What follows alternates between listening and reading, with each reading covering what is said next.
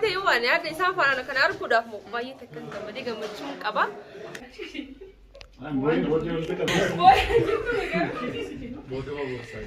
Doktor Nafiyaat baga gammaddee baga guyyaa irraati geesse cicina dhaabbannee nuti dhufnee akkasii hojii gammachuu qooddachuu waan guddaa takkaan nu dhagahame.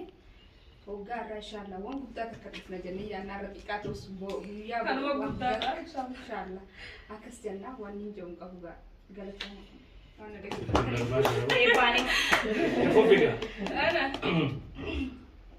Nafiyaat kana jechuun beeku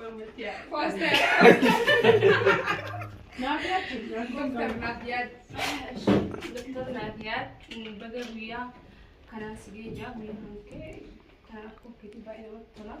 Inshallah doktora jechuun kan inshallah ati biyya kana keessa miti kan biyya guddoo siyaa rabbi siyaa godha.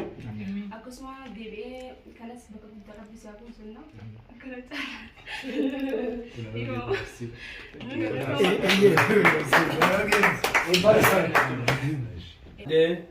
Dubbachuu jalqaba Doktor Nafiyaat ani sooshaal miidiyaa irratti argee dhugaa dubbachuu barumsa isaarraa hedduun fayyadame.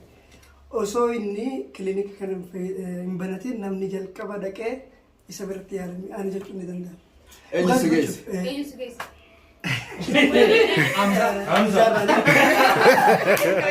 Polisi keenya ofiisaanii baay'ee nama baay'ee kabajudha yuutuubaradha. Yeroo tokko xiqqoo beektu baay'een keessa miidiyaa irratti rakkoo cinqatti sammuudhaan qabamee nu bira dhufaa ture. Mana koo dhufee waliin haasaa ture isa wajjin jechuudha.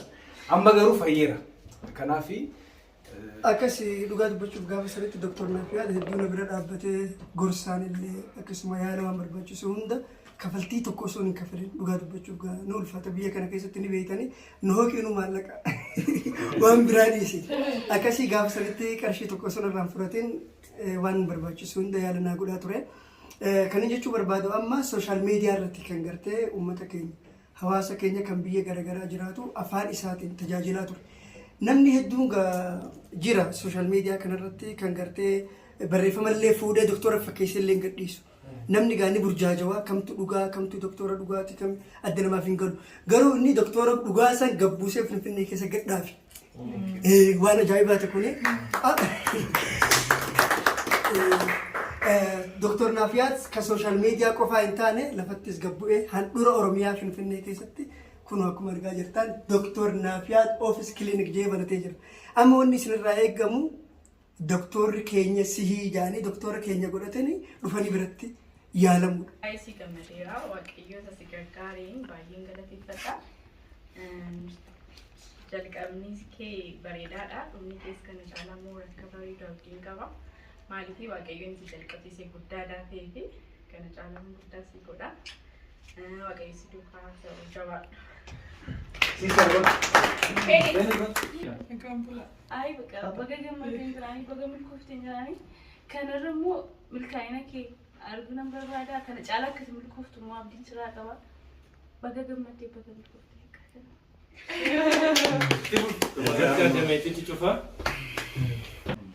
Ogummaan ittiin moobaayil kasataa jedhu waan naaf kenneef namni yeroo baay'ee si'amanee qaama isaas agarsiisa. Si'amanee dhibee isaa citiisa si wajjin haasa'a. Kanaaf akka ogeessa fayyaa tokkotti immoo waan kana hundumaa yeroo responsibility yookiin immoo dirqama kana hundumaa yommuu sirra jiraatu baay'ee of eeggachuu qabda. Akkuma beekamu egaa Harammayaan ture Harar biyya jaalalaan ture. Jalqaba yeroo baay'ee maalla waan tokko disaayin gochuu irratti baay'ee sodaamti. Comfort zone keessaa hoo sodaanna. Yuunivarsiitii yommuu gadhiisee deemaa jedhe. Hojii dhiisee Finfinneetti galee hojii hojjedhaa jedhe. Finfinneetti galuun immoo jalqaba yommuu galtan baay'een keessan akkam akka ta'e beektu. Chaalenjii ammam akka jiru beektu. Damooza dhiisee waan hundumaa dhiiseen Finfinneetti galeen hojiin jalqabadheen yeroo hundumaa akka maatiitti akka abbaa fadhaatti kan waliin mari'atu kan waliin haasa'u dhugaa dubbachuudhaaf isin fuulduratti sun kan yeroo hundumaa dubbadha.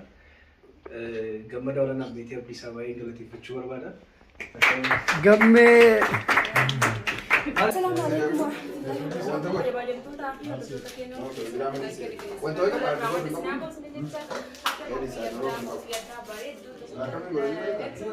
Doktor Nafiyaat biratti argamna. Namni dillee kun jechuudha. akkasuma inni maqaan isaa artist Samson adda yeroo hundaa TV keessatti daawwadha haddatti kan argee baay'ee kan gammade yeroo baay'ee isa kana eessatti arguudhaan jedhee bakka baay'ee yaadaa ture yeroo hojii isaanii hordofu alhamdulillah Garuu duraatiif qaamaan wal agarree argina dura dhufnee nama hedduu wal agarree nama hedduu footoo kaanii nama hedduu gammannee kofallee jechuudha. Hedduu tokko gammannee si arguuf galatoomuu. wajjin viidiyoo kana waraabamu fudhatu takka labdoo sinjaa galata guddaa qabudha. Akkasii dhaamsi nuti qabnu arraan kana gammachuu qabna. Asitti nama hedduu wal agarree isaan wajjinis gammannee eebbisaa dhufnee jechuudha. Haala kanaan nama hedduu footoo adda addaa kaanee jira. Doktor Nabiyaatis ni jira poosee. Kunoo Doktor Nabiyaatis kana fakkaataa jechuudha. Arras irratti argamnee akkana gammannee footoo kaanee isin wajjin wal agarru hedduu gammannee teenkii galatoomaa meeqa daawwattootaa fi hordoftoota keenya waan jedhu. Doktor Makkalee Doktor Makkalee Saamusan Kelee maxxasina. Ayyee guddaa galatomaa jalqaba irratti dhuftanii jabeessuun ilaaluu keessan guddaa galatomaa isin jechuu barbaada. Doktor Naafii argeetu dhugaa isaan jaaba baay'een keessan na beektu miidiyaa irratti.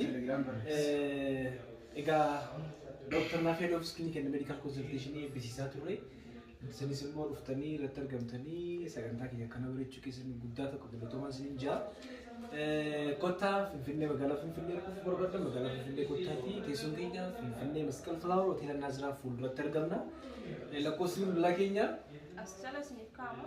Duwwaa 9 10 Duwwaa 9 jala ka'uu danda'u. Kanaaf galatoomaa ulfaadhaa isiniin jedha hordoftoonni ishee guutuu galatoomaa. Thank you.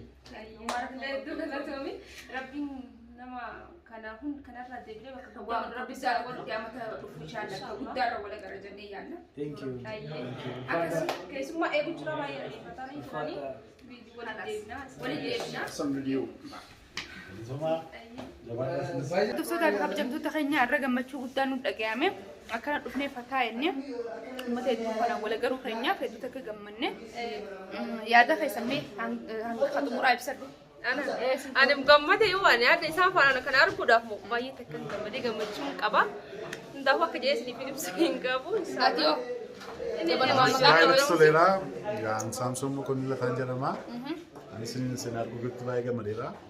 Iddoo seena qabeessatti ol argine gurbaa keenya egaa leenca keenya jajjabeessaa irra ofuma aadaa keenyaanis jajjabeessuu qabna. Oromoon callama jedhee miti waan hundumtu gaafa banu wal gargaaruu qabna. Gurbaa kanas kottaa jajjabeessaa Doktor Naafii argeetu naannoo Masqal Yoo YouTube qabaate YouTube kan maqaa himii gabalumaan warra nu jalaatan subscribe waan godhanii Mas jaalatanii TV bichatti irra daawwattanii YouTube jala dalee seentanii waan bareeda isin gadhiisuu ni mala daawwachuu hin dandeetta. Gaafa TV ifaan badeetiin hin jee ilaaluu hin dandeetta. YouTubein koo maqaan isaa Samson Mokonnin jedhama. Samson Mokonnin jedhama. Followers kuma subscribe kuma ko saddeet ol qaba. Baay'ee hojjechaa hin jirru amma garuu itti fufuu jechaarra. Kanaaf YouTube kana Samson Mokonnin jedhamu. Subscribe godhaa. Filmii fi diraamaa haaraa hedduun dhufaarra. gadhiisanii. Inshallah. Kana jabadhaa gaba gurbaa leenca kanas kottaa jajjabeessaa. Dachaa irra gaa. Walumaanuu. Tole galatoomaa. Galatoomaa. Obsa baga nagaan dhufte. Baga nagaan dhufte. Akkam jirte? Baga nagaan dhufte. Thank you for coming guys. Really love you. Maa baafattere? Maa isa deemu fi? Mana ilaawula. Hayya nageen nu turaa nageen nu bulaa baay'ee. Nageen bulaa. Hayya. Nageetti baay'ee. Ciao. Nageetti. Hunda keessanuu nagee hangalaa. Nagee hangalaa. Nagee hangalaa. Nageetti. Nageetti. Hayya. በሰላም ግቡ። ቻው እናት ቻው። ነገ ያገላ ስንጃለን ሃይ ሊቭ ሲኑ ሊፍት ይዳን ሊፍት ይዳን ደምናር ንፈጋታ ሲኑ አበጀንቶታ ከኛ አከነ ፈካታ በርቆቢ ብራት ኦብሳን ኩኑ አስራ ሊፍት ኑ ወላሂ ኦብሳን ረን ወላሂ ኑ ወላሂ ና ብራ በርባት አስከረ ከሊፍት ሀ አስከረ ከሊፍት ሀ daawwattoota keenya irra jirra akkuma agartan waan biraa fakkaatanii dhufanii yeroo birana dhufan kootu nu fuudhin hanjaan jalaa giseen itti dhufu isaan dhiiseetiin nama biraa barbaade deemu. Miilumaan gubbuu qabattu. Nu akkana jijjiirame kan nu agartee beektu arra guyyaa duraati.